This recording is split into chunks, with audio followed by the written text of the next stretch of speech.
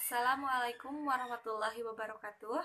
Saya Rizka Pidiani dari PGMI semester 4 STAI Riyadul Jannah Subang. Pada kesempatan ini, saya akan menjelaskan bagaimana cara penggunaan media pembelajaran.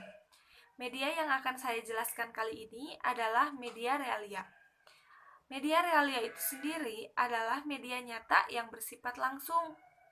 Nah, jadi kita membawa langsung benda yang akan kita pelajari, yang akan kita jadikan media. Nah, di sini saya akan menjelaskan media realia untuk pembelajaran tingkat sekolah dasar kelas 1. Nah, di sini kita akan mendeskripsikan hewan dalam bentuk boneka karena gak mungkin juga kan kita membawa hewan ke dalam kelas. Ada juga mungkin kita ke luar kelas, nah itu bisa dilakukan.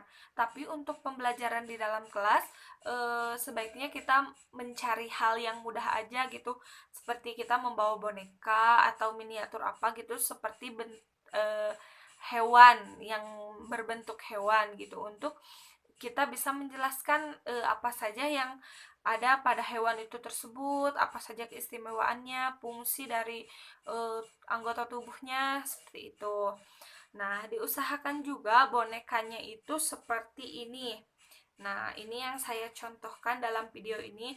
Gajahnya ya bentuknya mirip lah, seperti gajah yang sesungguhnya, meskipun ukurannya kecil. Jangan sampai kita menggunakan boneka gajah yang seperti ini, kan ini mah duduk ya, jadi gak mungkin ini masa ada tangannya kayak gini, jadi susah untuk kita mendeskripsikan hewan tersebut.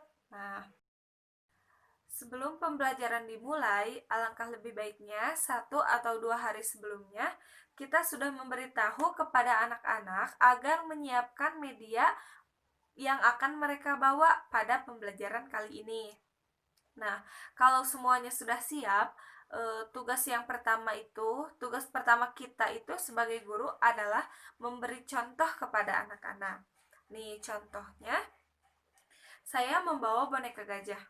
Nanti di kelas saya akan menerangkan kepada anak-anak bagaimana cara mendeskripsikan hewan ini. Nih, misalkan eh, fungsi kaki dari hewan gajah ini untuk eh, berjalan. Fungsi telinga yang besar ini untuk mendengar. Eh, Kemudian fungsi dari belalai ini untuk apa? Fungsi gadingnya itu, keistimewaan gajah itu apa?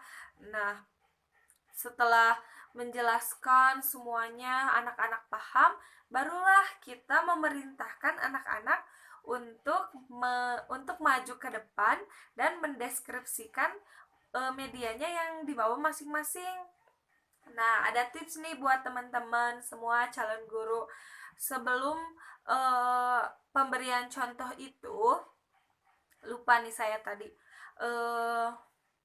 Kita mengumpulkan media yang telah dibawa anak-anak dari rumahnya itu ke depan kelas ya. Kita membawa meja dari belakang atau apalah, supaya media itu ada di depan, karena pada saat kita menerangkan terlebih dahulu, bisa saja nih anak-anak ada yang memainkan medianya di belakang, jadi kan tidak kondusif di kelasnya. Nah, itu tips untuk agar pembelajaran kondusif di kelas, jadi si anak-anak bisa memperhatikan ke kita. Nah, kemudian agar di kelas nggak jenuh nih di kelas, kita bisa pada saat pendeskripsian ini, pemberian contoh ini, kita menunjuk salah satu peserta didik kita, misalkan nih, ayo Windy, fungsi dari telinga pada hewan itu untuk apa? Nah, seperti itu. Jadi anak-anak yang lain bisa sigap apabila kita akan bertanya kepada mereka. Takutnya seperti itu kan, biasanya kan dulu juga kita kalau misalkan udah ada aja yang ditanya satu, pasti yang lainnya langsung siap-siap takutnya ada yang ditanya. Nah, seperti itu. Kemudian kelebihan dan kekurangan, kita juga harus memperhatikan kelebihan dan kekurangan media ini. Nah, kelebihannya itu media ini mudah mudah dibawa, dijumpai di mana aja, dan eh, salah satu fungsinya itu apa ya, nyata gitu. Jadi anak-anak bisa merasakan langsung, melihat langsung apa yang sedang kita bahas. Namun kekurangannya untuk media yang saya buatkan kali ini, kan jarang sekali ya hewan-hewan dalam bentuk boneka yang benar-benar hewan gitu. Contohnya nih kayak gini. Ini gajah, gajah kayak gini pasti bentuknya teh boneka duduk kayak gini nih teman-teman. Jadi susah banget buat nemu yang bener-bener kayak gajah aslinya. Ini juga udah ada mirip, ekornya enggak seperti itu kekurangannya. Jadi teman-teman kalau mau menggunakan media ini juga harus lebih teliti lagi gitu.